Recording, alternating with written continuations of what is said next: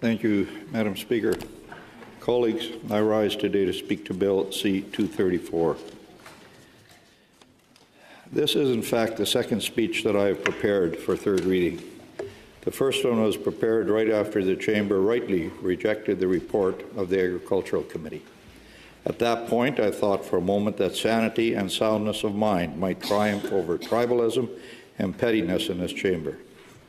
I was genuinely encouraged to see that the majority of senators were prepared to consider this bill on its merits, rather than through the narrow lens of unwavering loyalty to the Prime Minister. I am disappointed that I was wrong. After being lobbied by both the Minister of the Environment and the Prime Minister himself, 40 senators abandoned the facade of independence and returned to the Liberal fold.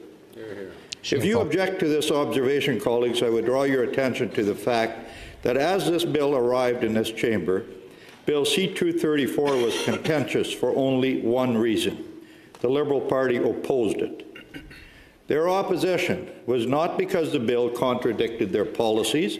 They had already provided multiple exemptions to the carbon tax. Their opposition was not because the bill would impact the fight against climate change, because it will have no impact on emissions. Their opposition was not because there was uncertainty about the science behind the decision, because the science is solid. Their opposition was strictly political. It was a political calculation in an attempt to shore up their dwindling support base by acting tough on climate change when they were really just getting tough on farmers. This is what 40 senators voted in favour of when they supported Senator Delfon's amendment a few days ago. They voted in favour of the Liberal Party's political calculations rather than a clear case of common sense. Let's review the facts on why this bill was and is necessary in its unamended form. The carbon tax is designed as an incentive to shift consumption towards cleaner energy sources and more efficient energy use in order to mitigate climate change. This fact is not disputed. However, in order for the carbon tax to be successful in the shifting behaviour of consumers, those consumers must have other options available. This fact is also not disputed. However, in agriculture, those options simply do not exist.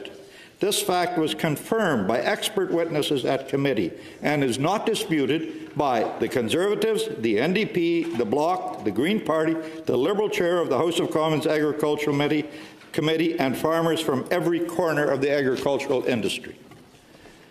New Democratic Party MP Elster McGregor put it this way: "We realize that a price on carbon is there to incentivize a change in behaviour, but it doesn't work very well if there aren't commercially viable alternatives available." This is Economics 101. A functioning market needs both supply and demand. The carbon tax on propane and natural gas for agricultural purposes attempts to create a demand for alternative energy sources for which there is no supply.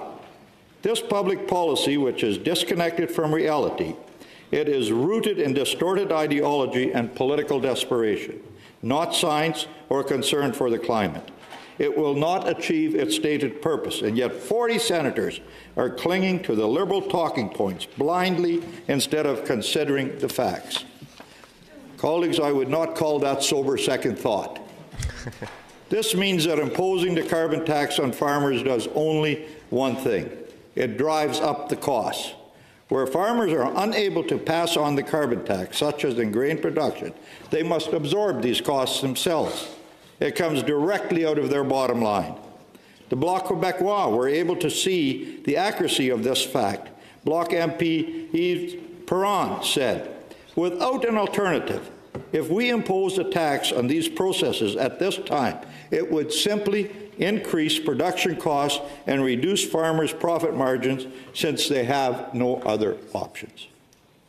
Where farmers find themselves in a position to pass on the increased costs, the higher price is simply passed on to consumers in the form of higher food prices.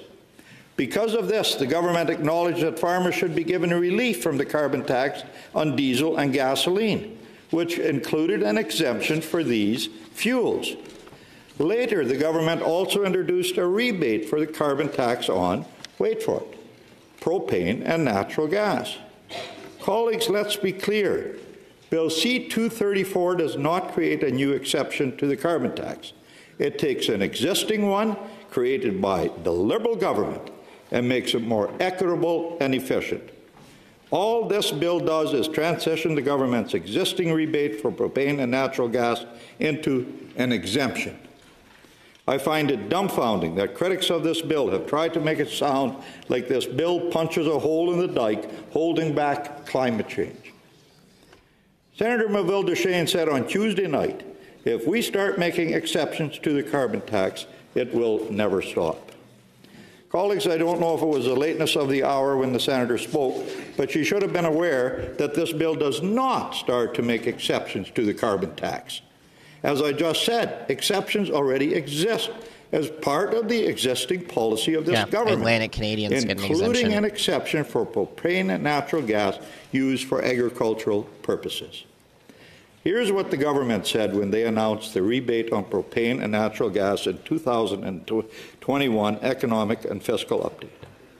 Recognizing that many farmers use natural gas and propane in their operations, and consistent with Budget 2021 commitment, the government proposes to return fuel charges proceeds directly to farming businesses in backstop jurisdictions via a refundable tax credit starting in 2021-22 fuel charge year.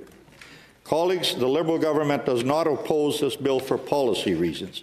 It opposes it for political reasons. They want to appear to be climate change champions when they have failed to meet every climate change target that they have set.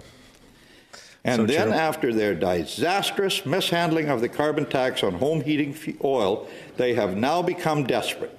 They are champions only of the political fortunes of the Liberal Party, not good public policy, and they are prepared to achieve this on the backs of farmers. And this is what 40 senators voted for when they voted in favor of Senator Delfon's amendment against Bill C-234. They voted for the Liberal Party's phony talking points rather than for farmers. Colleagues, I sometimes feel I've been living through the Senate version of the movie 50 First Dates. I don't know if you've seen the movie. In case you haven't, let me explain. Adam Sandler plays Henry Roth, who falls in love with Lucy Whitmore, played by Drew Barrymore. Henry and Lucy hit it off, and Henry thinks he's finally found the girl of his dreams, until he discovers that Lucy has short-term memory loss and forgets him the very next day, and every day after that.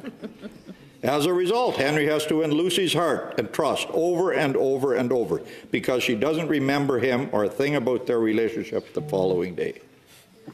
This is what it must be like for farmers trying to get this bill through Parliament. They are forced to explain the same things over and over again because some senators seem to forget what they learned every time the sun goes down. I'll remind you that Senator Delfon's amendment, which was adopted by this chamber, was first introduced at committee. There it was deemed out of order by the chair because it contradicted the spirit of the bill. Undaunted by this ruling, the champions of procedure and fairness trampled all over the chair's ruling, with the help of the government itself through the office of Senator Gold, when Senator Labakim Benson joined the effort and voted against the chair. The amendment carried. Then when it came to this chamber at report stage, Senator Wu and Senator Delfont mounted a vigorous defense of the indefensible and lost. The report was rejected and the amendment defeated. For a moment, I was hopeful. But by that time, Senator Delfont stood to introduce the amendment in this chamber. The sun had set and risen again, and 40 senators seemed to have forgotten everything that had just happened. In the earlier vote on the report, Senators Kuchar, Melville Duchesne, and Simons all abstained. But when we voted on the amendment, they decided to defeat the bill by supporting the amendment. Senators White, McAdam, and Beam voted against the committee report and helped to defeat it in order to save the bill. And then they flip-flopped and voted in favor of the amendment. Must have been quite a conversation with the Prime Minister. This amendment was clearly out of order, and I noted the fact in this chamber. So much for sober second thought. Colleagues, this bill is no ordinary piece of legislation. It has brought together the agricultural sector in a way that I have never seen. You may not be aware of this, but the agricultural sector is not some homogeneous industry which sees things the same way and sticks together through thick and thin. It is incredibly diverse, not just in activity and focus, but in beliefs, values, and convictions. You see this constantly in debates over agricultural issues, worldwide, and perhaps none more so than the decades-long debate over the monopoly of the Canadian Wheat Board. You can see it in Germany. You can see, like, when farmers come together, they come together, man. You don't mess with people who make your food. It is not unusual in the ag community to be of different mindsets. It is a very diverse community where some farmers believe they need protection from big corporations. Some believe they need protection from big governments. They rarely agree on anything politically, until Bill C-234. Multiple farm leaders told me they have never seen the agricultural community come together over an issue like they have united around Bill C-234. 2 years ago, 10 farm organizations agreed they had to work together for all farmers to advocate for the constructive and evidence-based policies regarding carbon pricing offsets, retrofit funding, and related environmental policies. The funding groups included the Canadian Canola Growers Association, Canadian Federation of Agriculture, Canadian Cattlemen's Association, Canadian Growers of Canada, Canadian Pork Council, Egg Farmers of Canada, Chicken Farmers of Canada, Turkey Farmers of Canada, Canadian Horticultural Council, and Canadian Hatching Egg Producers. They called themselves the Agricultural Carbon Alliance, and within a few months, the coalition had grown to include Fruit and Vegetable Growers of Canada, Canadian Forage and Grassland Association, National Sheep Network, National Cattle Dealers Association, Dairy Farmers of Canada, Canadian Seed Growers Association, and Mushrooms Canada. Overall, the combined membership encompasses all major agricultural commodities and represents 190,000 farm businesses that steward 65 million hectares and are speaking with one voice on this important issue. Although the Alliance is not the only ag voice speaking on this, it illustrates the incredible unity in the agricultural industry over this bill. These are the people that 40 senators voted against when they chose knowingly to defeat this legislation by amending it. Senator Simon, Levick and Benson chose to vote against Alberta farmers and ranchers. Ontario Senators Beam, Cardozo, Clement, Dasco, Dean, Harder, Lankin, Monsignor, Moody, Almondvar, Pate, and Youssef all voted against the 39,000 farm families who belong to the Ontario Federation of Agriculture. Senator Youssef argued last week that if an amendment was considered and rejected at committee, that is a reason not to pass it at third reading, and yet he did not hesitate to support an amendment that had already been rejected at report stage.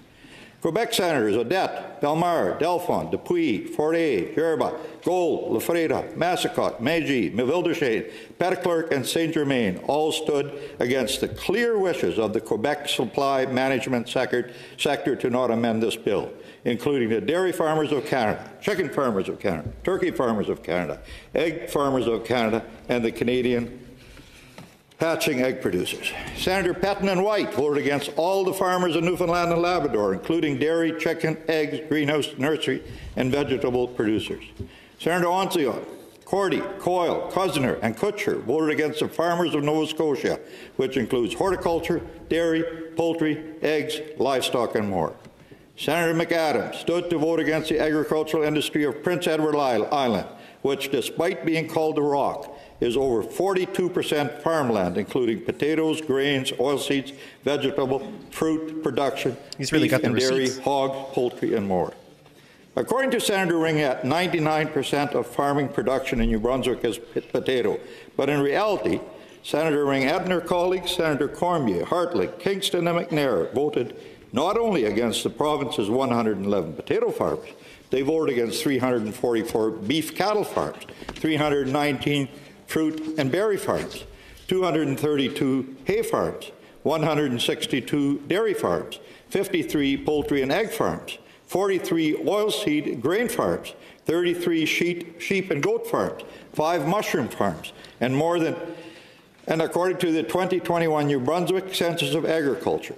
Furthermore, while Senator Ringette correctly pointed out that New Brunswick farmers do not use natural gas, she neglected to note they do use propane and will now be paying the carbon tax on that fuel thanks to their support of the amendment.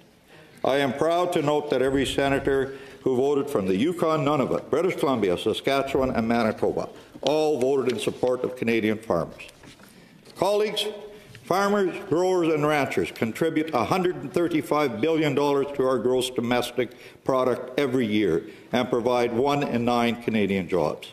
While producing the food that feeds Canada and the world, they are also providing meaningful climate change solutions as stewards of 154 million acres of land across Canada. Wow. Their climate change efforts have resulted in a 50% decrease in greenhouse gas emissions intensity from 1987 to 2017. Farmers are committed to feeding Canadians and to fighting climate change, and Bill C-234 would have helped them do so. Directly. Regrettably, the likelihood of this bill passing is now very difficult. Unlike Trudeau, it doesn't affect him. Everyone who supported this bill in its original form. It took courage for many of you to take a different position than that of your colleagues and that of your Prime Minister. And I know that producers of every major agricultural commodity across the country appreciate your efforts.